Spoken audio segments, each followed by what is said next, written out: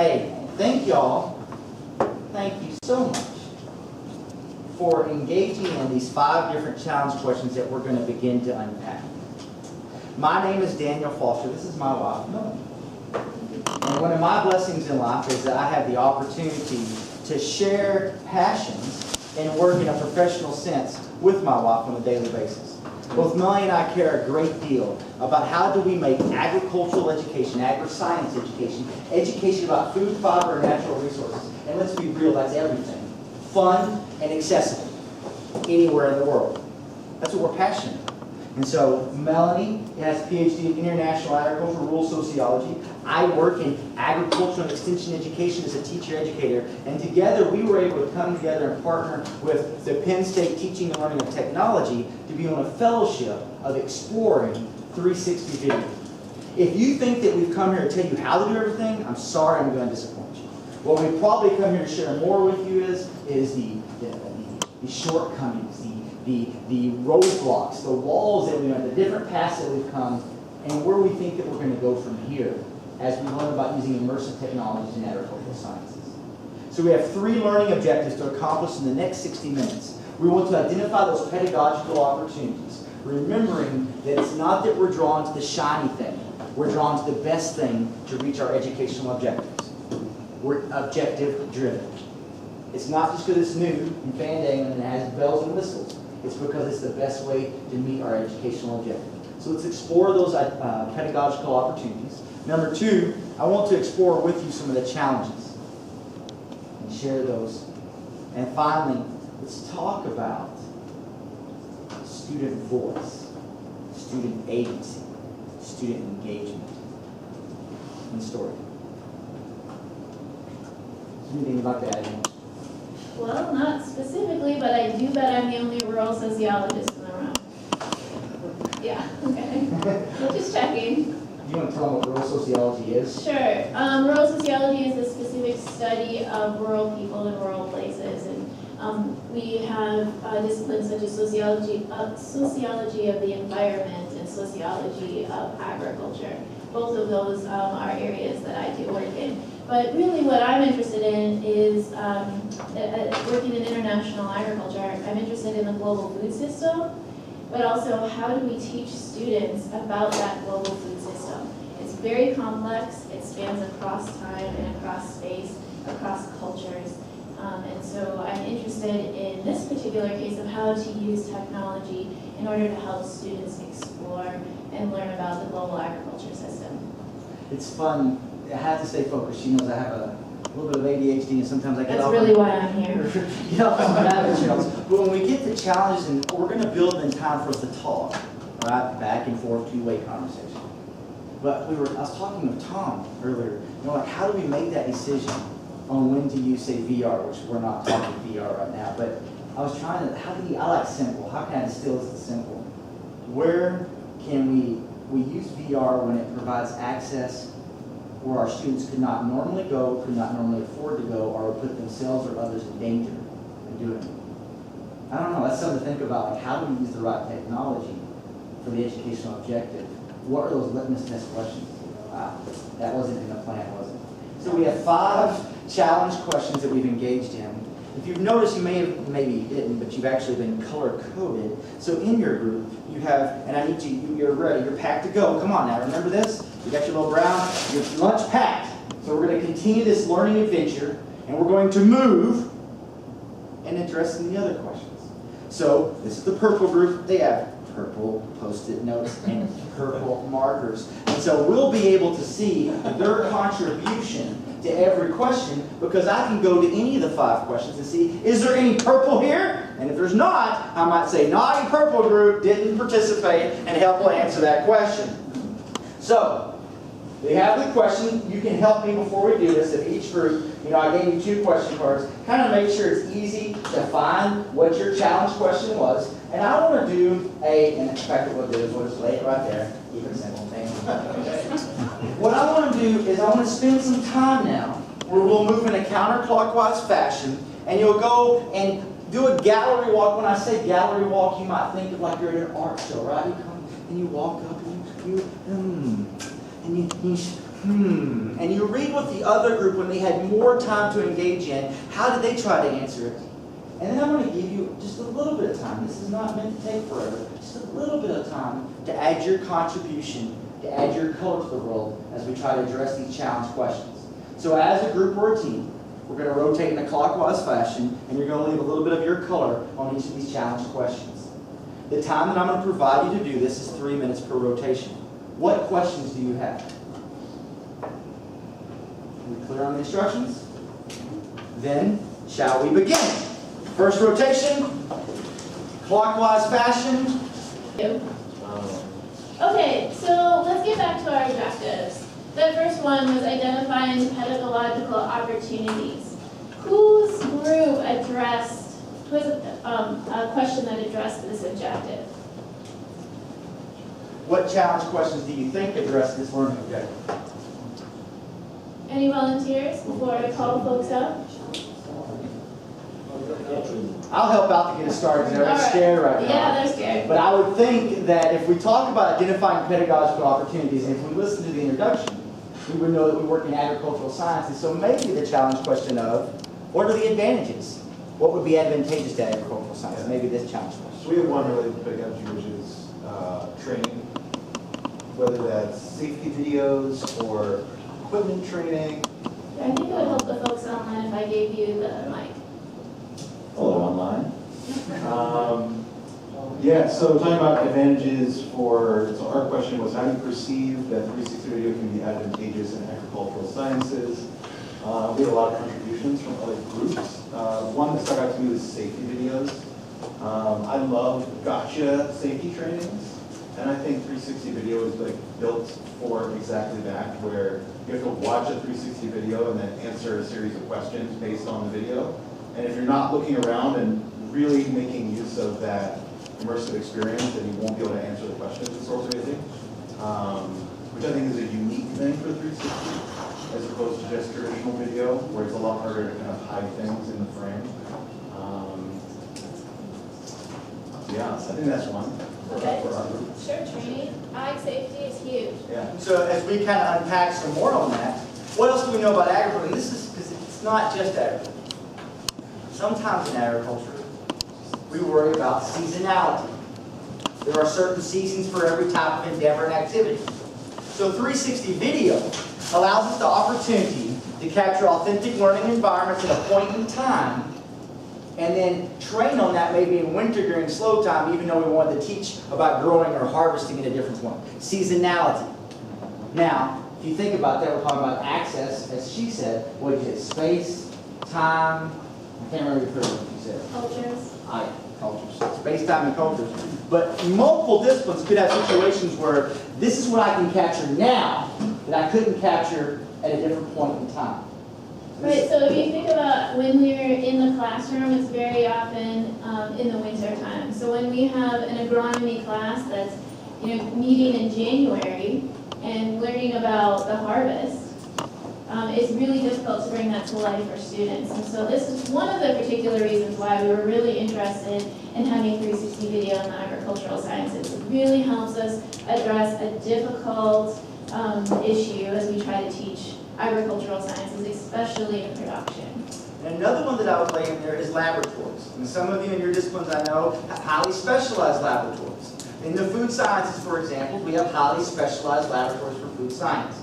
Not everybody has access to that. If you're going to have meaningful education in hybrid or online environments, that's the equivalency of the instruction that you're delivering face-to-face, how are you going to replicate some of these learning laboratories and things that are occurring? Or perhaps, like you said about training as we dig deeper, food safety. Common training that's across is food handlers permanent life, right? Sure. Well, oftentimes they show a PowerPoint and answer some questions and regurgitate. But as instructional designers, as educators, what happens when instead of asking you a multiple choice question to identify is this right or wrong, if we shift it to where you watch the following video and identify the 5 HACCP concerns, the 5 food safety concerns in that environment. I mean, that's literally a life and death issue, you guys. 360, saving lives. It's not oversell or overstating. But think about that. And so I'm going to stop and pause. As educators, if we've moved away from a multiple choice question to the challenge of view the video and identify the concerns, what have we done? Because that's not a rhetorical question. Someone tell me, how have we changed the assessment of learning? Put it more on students' responsibility to figure it out. Students' responsibility, put it up, very good. Does anybody want to add to that? Out-of-box thinking. Okay. Critical thinking, something that we were going to. How familiar are, and I apologize, because you know how we all get stuck in our little rat holes of our discipline, right? So I don't expect everybody to know all these things, but are you comfortable and familiar with Bloom's taxonomy of cognitive behavior? You've run across that perhaps, where we talk about there are certain levels of cognitive engagement. If I engage at higher cognitive levels, that learning may be retained and last longer. And the highest of Bloom's taxonomy is elevation, elevation. Evaluation is the word that I was trying to get kicked out. And synthesis or creation. So think about that as we talk about the way that we've chosen to engage in this fellowship and opportunity. But in that particular scenario and example I gave you, I've moved the student away from knowledge and comprehension, lower level cognitive taxonomic behaviors, to evaluation. Look around and evaluate the environment and identify the concerns. Apply knowledge at a higher level of cognition, hopefully increasing intention and duration of that understanding. All right. So we've talked a little bit about some of the opportunities in agricultural sciences, but I would like to hear actually where people have run into 360 video before. And I'm coming over here because it's this group. Who's going to talk? I'll talk. Thank you, Mike. You're welcome. Facebook. Should I just do it on the list here? Well, it's however you wish to summarize what all the group contributed to that challenge question. Yeah, so I think the typical sort of Facebook, YouTube type of avenues for getting media. Conferences, obviously, workshops. And then apparently the US Air Force uses it for training simulations. And then others have written media, news company, I don't know what that word says, ads? Okay, so advertising. Sure. And then movies, games, national park experiences, I love that. Google Maps, Wait, kids. he didn't like that. Tell him why. You didn't like that? Oh yeah, I think people should go to national parks. Videos. That's I can understand where you're coming from there, Michael. Place-based education. Someone who, with a purple, Uh-oh, purple's getting called out. It's a good wrote thing. adult entertainment on here. Oh, what? No, it's not a good thing. I didn't know I had 30 group here in NSF. It's just reality. Yeah, go ahead and continue sharing. What are the answers to that second part? Where could 360 video be useful to society? Was that their challenge question too? Yeah. No, there's a different challenge question. No. Or is it, I'm sorry, is it a two-parter? We have Thank you. two-part A and B. Sorry, I asked. So those other questions were part A. Okay, I'm getting more answers for B now. So where do you think 360 video would be helpful to society? We have training, education, demonstration. What's NPIRL mean again? Oh, Not possible in real life. Creating empathy for news stories, tragedies, war zones. The UN refugee camps is one example. Oh, that's interesting. Sexual harassment training, pilot training. So when we're gender role, I would assume that doesn't mean gender role reinforcement, maybe understanding how those get created. Understanding solitary confinement in prison. Interesting. Driver's ed. Actually, adult entertainment was the helpful for society section, not the where have you encountered it before. And then we have historical resuscitation. So that says like experiencing Civil War, historical scenarios.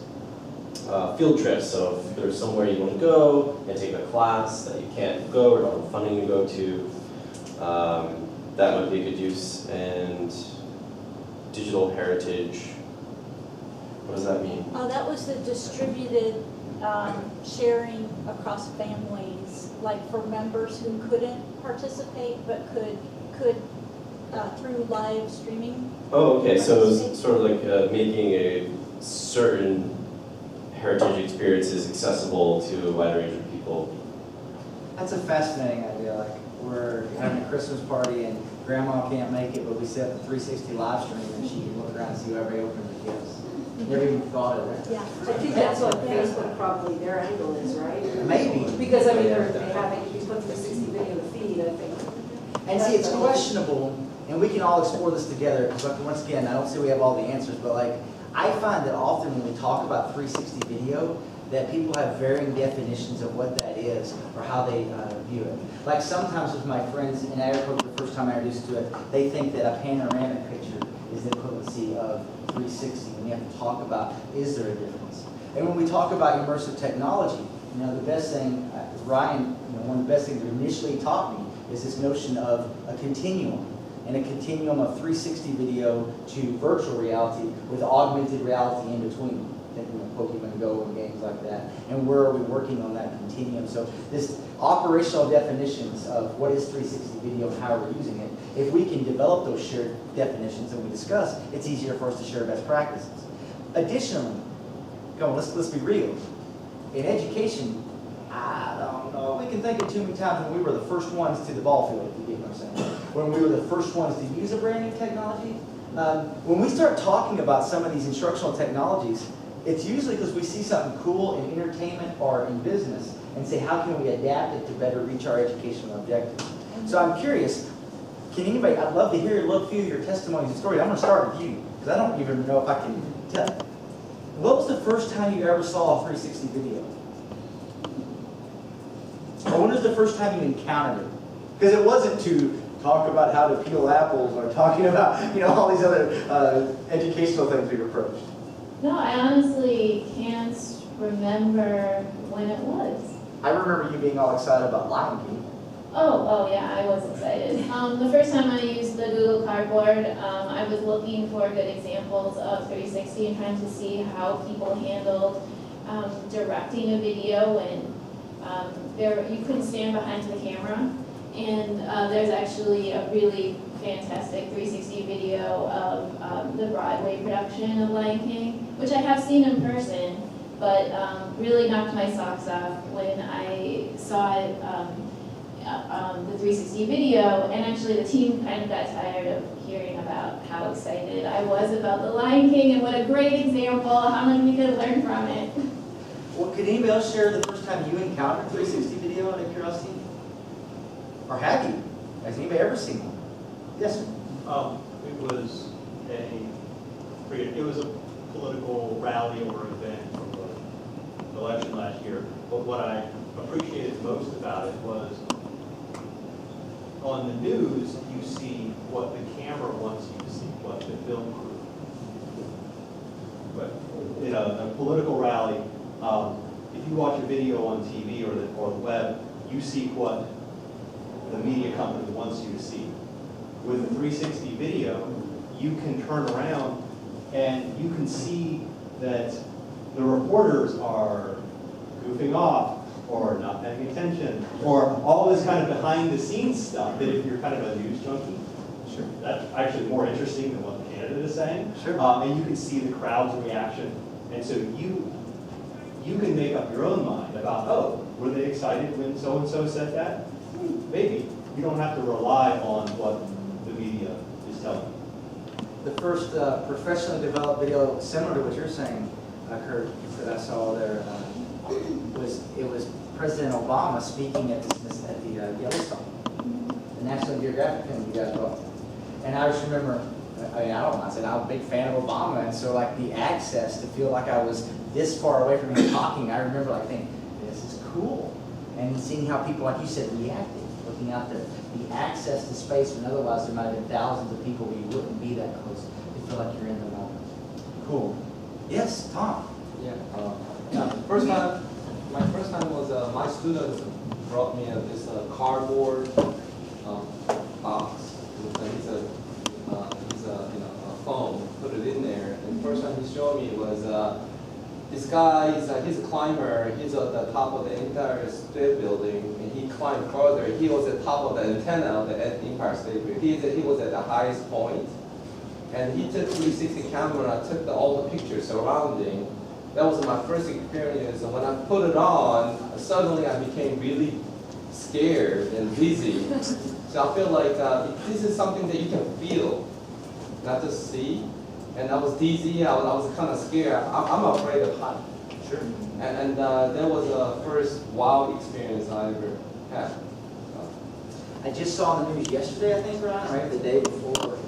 They're talking about directing blockbuster summer movies in 360 video.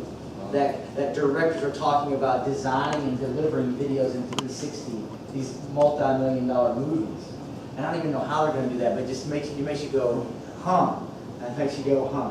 So our first objective was to identify pedagogical opportunities. So why are we interested? I think that we kind of shared, y'all, we have similar topics.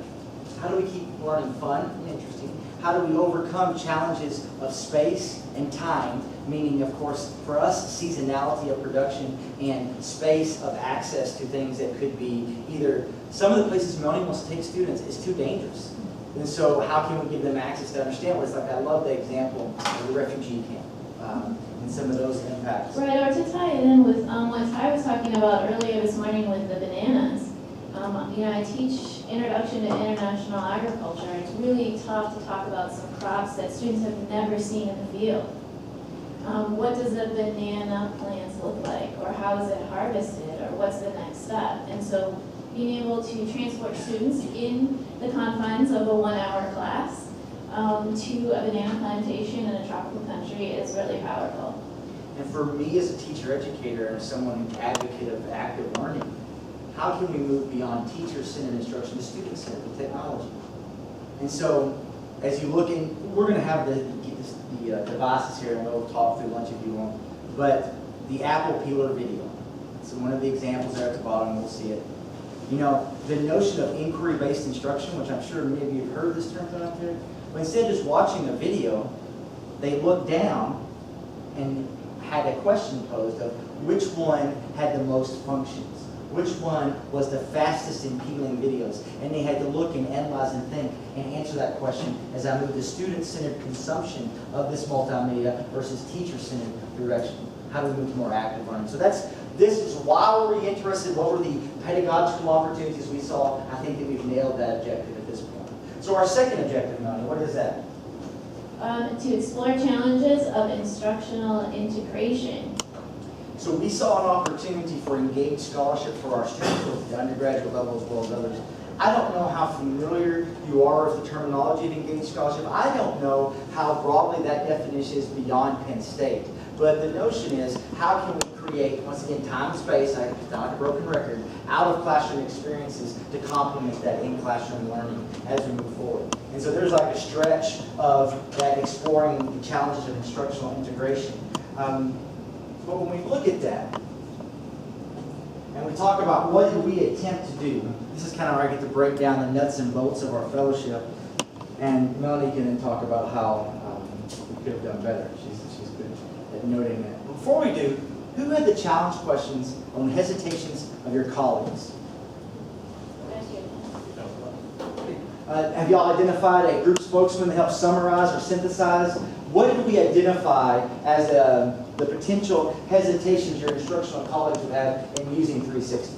Our initial responses were concerns about the cost of the equipment, both to the students as well as the cost of development if we want to create our own content, the ease of use, and also realizing that to take advantage of all the opportunities that 360 video offers us to learn, the students are going to have to come into that experience with some basic content knowledge. So I guess it could be used to replace learning the basic content knowledge, but that might actually be more difficult, and you wouldn't take advantage of all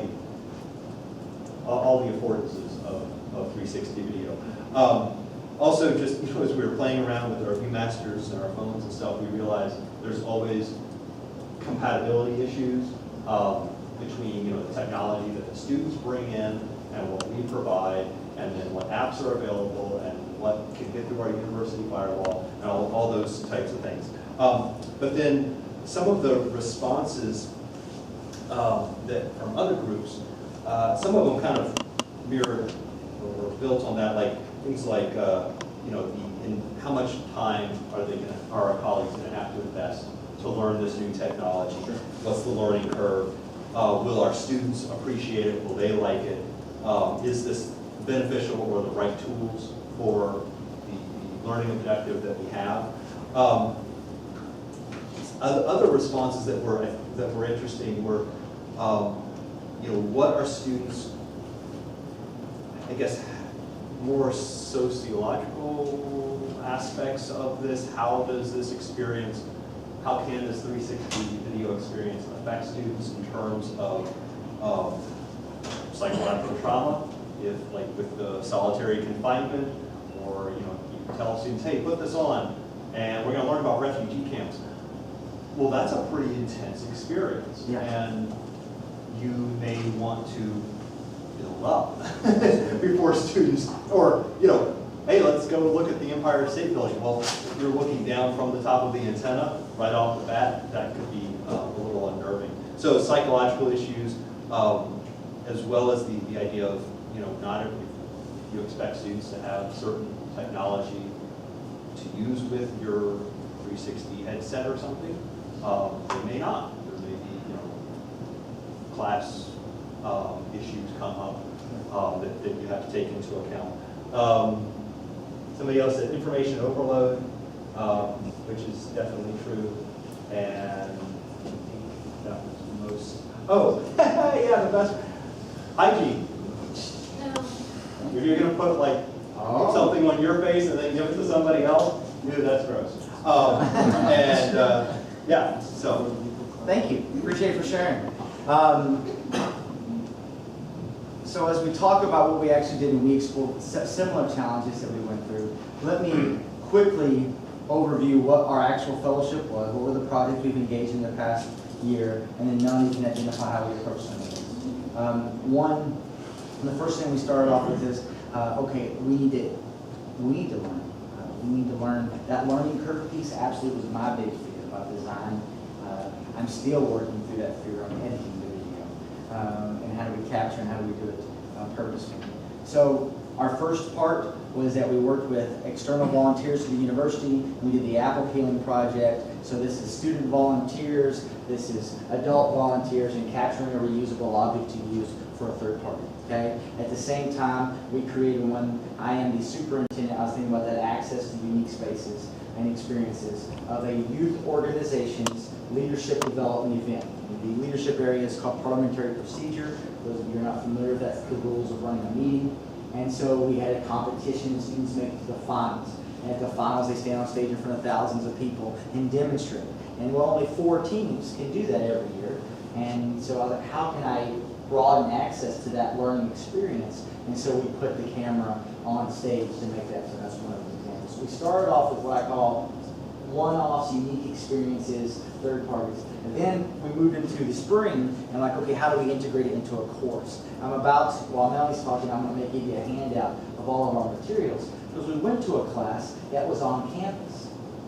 Okay? A class that was on campus, a class around a topical area that you wouldn't assume to perhaps be technologically driven, called Ag Shop Processes. This class typically taught how do we teach and utilize laboratory spaces for oxy acetylene welding, for arc welding, for electricity, plumbing, landscaping, and log. So very much psychomotor skills, and how can we add to that by overlaying this 360 video? And so we integrated where they were in six groups. 6 different groups had to pick a topic about the content that they had not learned yet, that they were just beginning to become familiar with, design a 360 video that would enhance that and then share it out. And we can I don't want to just talk, I'll let y'all ask questions about what you're interested in. That was very enlightening on when did the switch go off? When did kids get it, and when were they excited, and how have I seen it grow since then? So that was the second point. Our third point of integration is now we've given the 360 kit to a student who's doing undergraduate research in Tasmania on work-based learning and agriculture, and they had to create a video about their culture here to take that way to use and share, and then create a video while they were in Tasmania that we can bring back and use for our students and candidates here at Penn State. And so those are the three stages, I guess, of what we were exploring. Now, then, while I pass out the handout, you can talk to me more about the challenge. Actually, hang on with the handout. Dan, do we have the headsets queued up with apple peelers? I'm just wondering. No. No? No. Okay, just checking. I just wanted to make sure you weren't waiting for a cue from me. No, that's fine. All right. We can, we'll have that experience this afternoon. Okay, yeah, and I know some of you were able to explore the first video that we actually made, so this is the one I want to talk about, the one that's on the screen. It's the infamous apple peeling video, and I'll tell you how we got to the place of apple peelers. So as we were thinking about creating our first 360 video, keep in mind that we didn't come into this fellowship with a lot of prior knowledge. This is the first time we're actually shooting a video. And trying to think about how to use it for educational purposes. And so, first, thinking about how to use this space. So 360 sounds like a wonderful opportunity until you have to try to fill it in a logical way. And so then we decided how could we had discussions about how would we organize our content and ask questions so that there was something to look at in the entire frame. So what's the point of having a video where the user gets to look around, but really there's only action happening in one spot? So we wanted to make sure that there was something happening to fill that 360 so that they would be required to turn their head, look around, and hunt for what we were trying to get them to learn about. So what we came up with was this idea of using some small tabletop technologies. So this is actually the Pastel Ag Museum that is out at the Ag Progress Day site in Pine Grove Mills, Pennsylvania. And this is a site of a big agriculture fair that we have every August. And they have a Ag Museum that is open year-round. It's in a building that is weather controlled, so it's open all year. They have all kinds of ag technologies from all around the state of Pennsylvania that go across time. And so we thought, wouldn't it be interesting to explore time?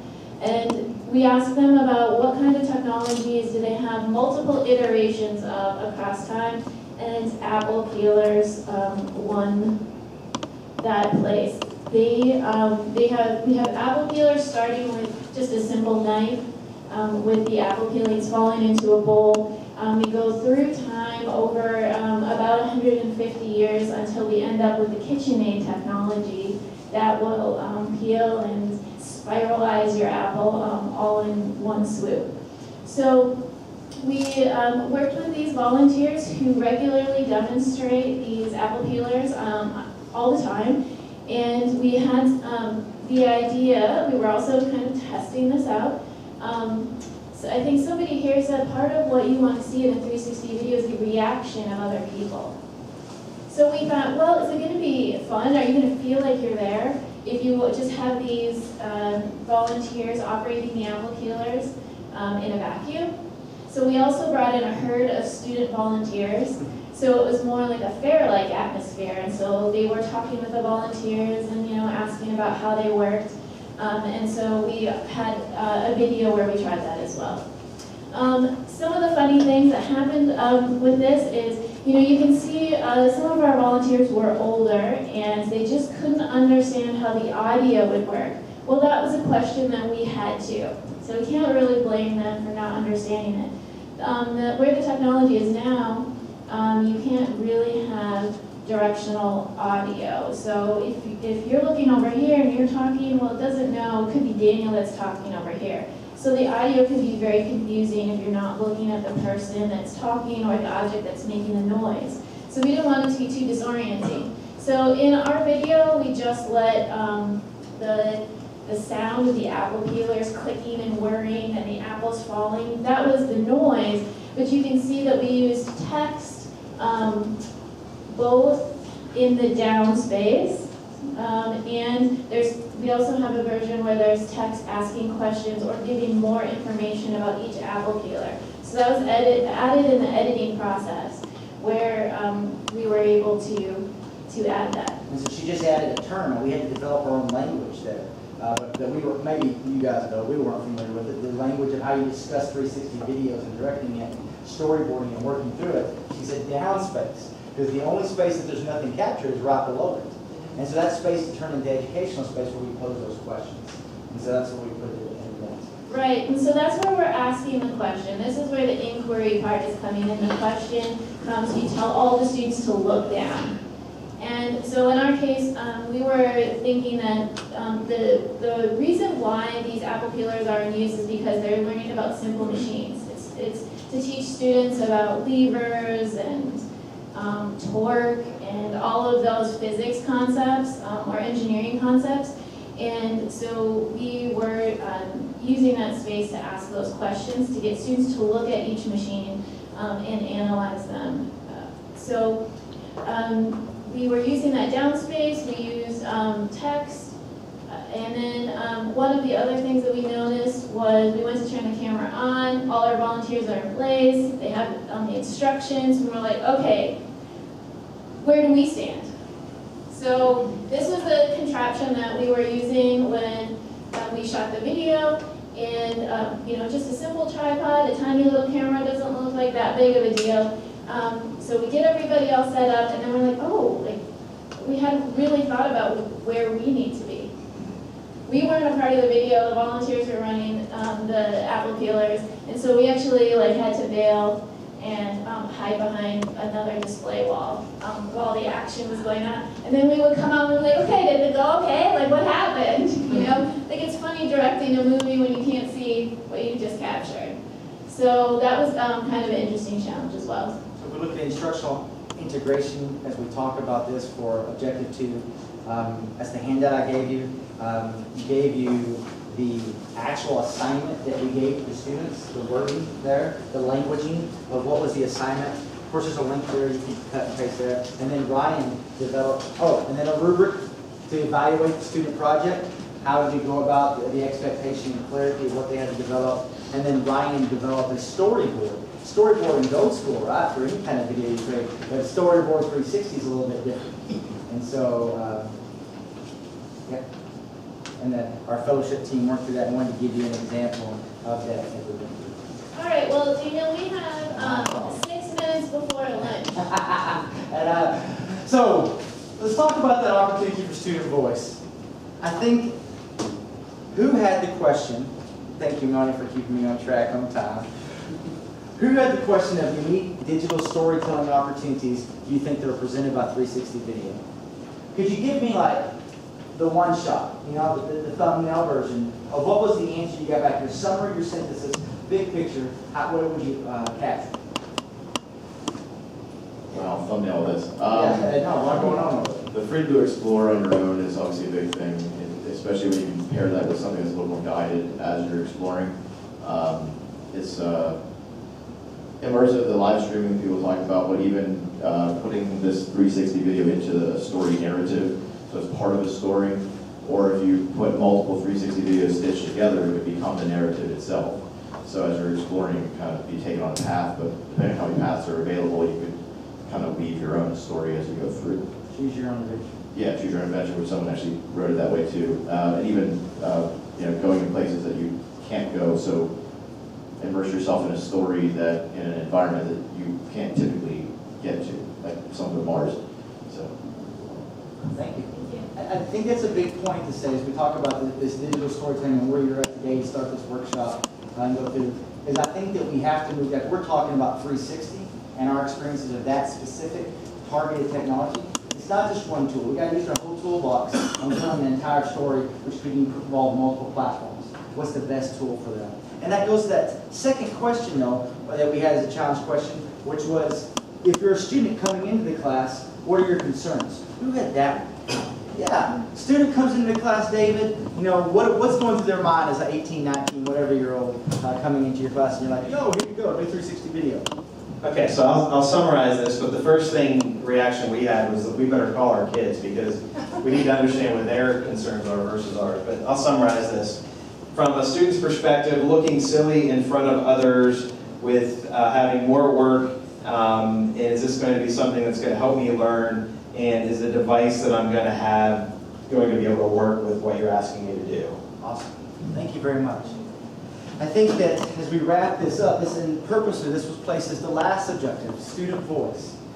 Student voice and engagement has to be authentic to a point where they feel like you're doing this not just to do it so you can say you use the latest technology. Okay? Now, at the beginning I may have said, Melanie and I are both Dewey disciples. John Dewey, maybe you've heard of him, but the code notion of learning by doing. But I love this quote, and I don't want to mess it up, so I always write it down so I read it correctly. If we teach today as we taught yesterday, we rob our children of tomorrow. If we teach today as we taught yesterday, we rob our children of tomorrow.